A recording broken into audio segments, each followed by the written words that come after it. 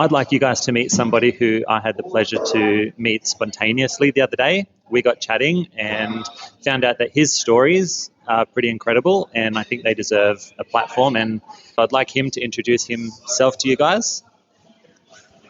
Thanks, Cody. My name's Craig Bradley. I'm 42 from Mount Gambier, born and bred. I'm glad to meet you. Thanks for that, Craig. Do you want to tell the story about how we met? Absolutely, Cody. I seen a few of your posts on Facebook, and I had a sneaky little comment on one of your posts. I can't actually remember what it was. Just my views on a certain topic that you were talking about, which is we're all entitled to, obviously. In saying that, I'd seen you on a few walks on my walking track, and I come across you one day, and I thought, I didn't think anything. I just spontaneously pulled up and said, "Hey, Cody, how are you, mate?" And we started chatting from there, hence to why we're having a chat today. Craig, I did give Craig a heads up as to some of the questions that I wanted to ask him about for today's interview, but he didn't know about this question. Craig, what was the comment that you put on my Facebook page, and was it something that you regret? Because I don't think I saw it. What was it? You did put a sign up on our newest addition to the town artwork in the big blue statue, and I thought it was a bit.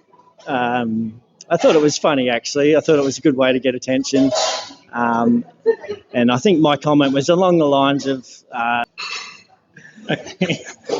"Sorry, mate, but self-reflection is a great thing, and maybe I could have worded it better." So, Craig, after you probably had a look at my Facebook page or after you met with me, you probably saw what my campaign is focusing on. And would you mind telling people what were some of the things that drew you to my campaign? Absolutely, mate. For one, better regional healthcare, I think, is important for our community. Mental health support and mental health awareness is more prevalent nowadays than ever. So I think we've all had contact with people or know of people that have been caught up in that situation. So I think that's very important. And more affordable housing is very important. You know, it's harder and harder to get houses now, and rentals, etc. So I think more affordable housing is a big one for us. And you mentioned before, Craig, about a tough on crime really stood out to you as well. Yeah, of course. Like to keep crime to a minimum is what all communities need to keep our families safe, our kids, and to keep our next generations on the right tracks. Craig, when you and I met, when you found me walking the dogs, you told me a very in-depth history with yourself regarding drug use, your time in prison, you rebuilding your life, getting back on track. Would you like to talk about those things and how you see that we could prevent people from getting on that path in the first place?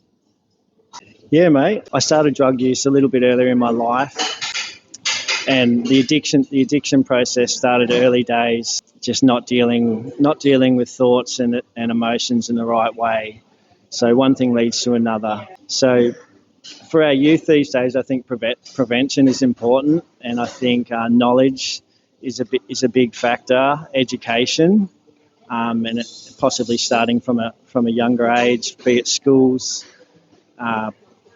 guest speakers, people that have been in prison, and have been released, and understand the system a little bit more, and that can explain a story that might resonate with the young ones, I think is important. Craig, how did your addiction to drugs lead to your time in prison? So, yeah, I became addicted to drugs, and that led to having a relationship with DCP, Department of Children, and unfortunately that led to my kids being taken off me. So the addictions, the drug use was there before that, and that led to my kids being taken. So the addiction then became worse because of the trauma of it, and one thing leads to another. Then you find yourself in a spiral, and all of a sudden you're making very poor choices on a daily basis in life, and the next minute, you're pretty much in prison. So, you know, it's a bit of a shock. So hopefully that can share some insight. And so for the families out there that have got family members addicted to drugs or who might be committing crimes, what do you say to those family members to encourage them and to support them? And what do you say to the person in that family who is on the wrong path and who might be addicted to drugs and committing crimes and might be at risk of going to prison themselves? Yeah, it's a tough one, Cody. Every situation's different, but I think the main thing is to have the family support is very helpful, and to have them stick by you, being the addict, which is not easier said than done with people, but I understand that. But it makes a world of difference, and not everyone's blessed with the opportunity to have family support. So I guess that's where government help facilities, mental health facilities can be useful. But, I'll say one thing. I took the initiative to want to change my life. And without those steps taken, and it doesn't matter if you have family support or not, without taking the initiative, you will never give yourself the opportunities to receive help. So I'm thankful for that. I'm thankful for family support. And for those that don't have it, you have to find ways to take the first steps, be it through AC Care, who are really good to reach out, a good help for addictions, or just counselling, things like that. So it's all about mindset and taking the first steps yourself. So Craig, obviously turning your life around and having a job after prison is an enormous credit to you, and it's something that I presume comes from a strong internal desire to want to get ahead. How do you see our society motivating those who are still on the wrong path to change their lives so that they can have a more meaningful existence and so that they can get ahead? I think it's hard, but you have to have some sort of internal belief and some real desire to want to change. So it all comes back to that. But you have to find ways to self-motivate. And for me, being released from prison, I kept walking daily, and exercise for me was like a treat for my brain. I couldn't overthink. It was a release for me. So that was a big factor. And how did you find getting a job after prison and being able to support yourself and have that independence again? Yeah, it's challenging when you leave there. Getting a job, you're coming out with a mindset where you haven't been dealing with public, you haven't been in that mindset. So for me, I initially took some time just to blend back into society. And when I was ready, I started to make the steps and chat to people in my local coffee shop and find work that way. But it is hard. It's hard, but it comes down to a mindset that you have to have, a will and desire to want to do it. But to see that there is a better life for yourself, and that the way that you were in the past doesn't have to be the way that you'll stay for the rest of your life, and that there is a better way forward, and that you took the steps to build that life for yourself. Yeah, and that's right. It's, you've got to have goals and dreams, and those steps are always there. And I think it's just about remaining positive. We can always find a positive in any situation. And, that's a bit of a skill you can learn. And the thing I learned was it's okay to make mistakes and to just learn from my mistakes. Be proud of the path you're walking and the roads you've walked. Some of them might not be great, but ultimately they are what have made you, and they are paving the way for your future. So a positive mindset for me is really important. So Craig, my next question for you was, do you have any thoughts on how the Child Protection Department could be improved? And who do you think benefits most out of DCP involvement? Do you think it's the kids, the mothers, the fathers, the carers? Who do you think benefits the most out of DCP involvement? Yeah, I mean, DCP is here for a reason. I get that. They are here for the kids. But I will say, when my kids were taken, the trauma of the experience, I became an addict more than I was when they were taken. So initially there were some meetings that took place, but that soon fades, and the emphasis really does go off you as the parent. You're expected to rock up and have your visits and put on a happy face, and you'll do that for your kids. But the ongoing, road to reunite yourself with your family, for me, seems a little bit non-existent. So I would like to see that side of things be more prevalent for the mums and dads to try even just plant a seed to be reunited back with the kids, because ultimately, that's what it's about, is reuniting families with kids, because that's what life's about. And so obviously there were decisions made from yourself and from the department that led to the ultimate act of the kids being removed. But what happens in the case like yourself where you are now no longer the person that you were when that happened? And how do you see your improvements in your own life benefiting the situation with your relationship with your kids and DCP? Or do you see that all of the good that you've made since then hasn't really paid off? Yeah, it's a bit of a catch-22 with that one. I mean, for myself, I've made a lot of personal growth and really have made that since post-jail. But I feel like my personal growth is really, it's non-existent in their eyes. You just don't hear anything about it. Not that you're looking for pats on the back or anything, but some talks to say, look, you're doing really great. That, why don't we just have some extra visits or blah, blah, So I think that side of things could be a lot better. I think it's a very normal human response to want to be recognised for good work. I think anybody who's watching this can appreciate that they would like their good work to be recognised just as much as their bad work is punished. And obviously you were punished very harsh for whatever actions that you did in the past. Or maybe it was reasonable, I don't know. But the good work you've done since then hasn't seemed to make much of a dent on that. Yeah, and you are right, but I mean, ultimately you come to the terms of it's about the kids. You as a parent, your wants and needs really get put aside because you are put in this mode of it's all about the kids. So you tend to put yourself second, even though you're going all right, and you maybe could deserve some more opportunities. So it's hard, you want to be strong in your views on it, but you want to be fair. So I understand the corporation's doing as much as they can, but there can always be room for improvements. That's a really good segue, because one of my other questions for you, Craig, was that if you were to be the one elected next March at the state election, what would you like to change so that people who come after you can have a better experience?